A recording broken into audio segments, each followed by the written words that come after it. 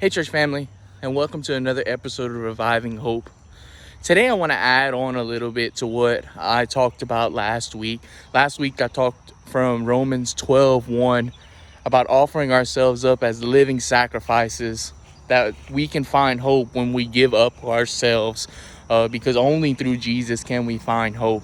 And so if you didn't watch last week, I encourage you to go and watch that as I kind of lay the context out of how Romans 12:1 fits in the entirety of the book of Romans, and how that works together, and how we see that Jesus is the only way that we can find hope. But today I want to add on, and I want to talk about the next verse in line. I want to talk about Romans 12:2. And the reason I want to talk about that is I think these two passages work perfectly together. They married in some sense. It's hard to talk about one without talking about the other.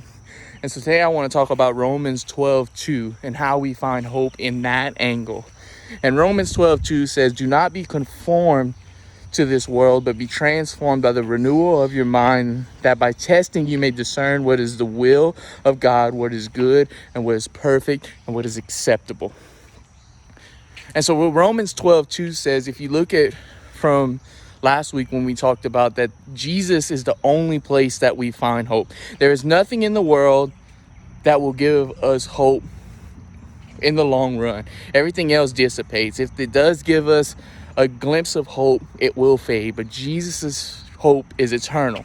And the only way that we can truly abide in that hope is when we give up ourselves, when we give up control and give it over to God. And now when we skip over to Romans 12:2, Romans 12:2 says that, this whole giving up yourself, being a living sacrifice is not easy.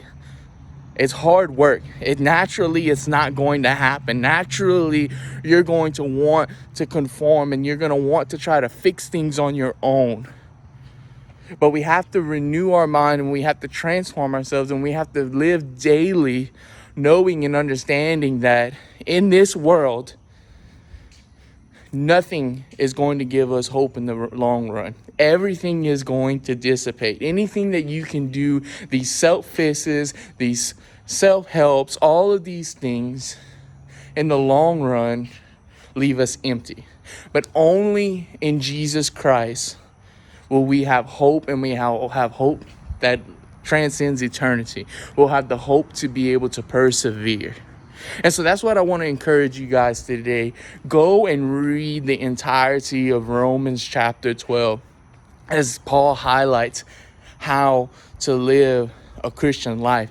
But it also, you can look at it and you can see the angle of, through living the Christian life and through doing these things applicably, there is hope. There is an eternal hope that you just cannot find in the things of the world.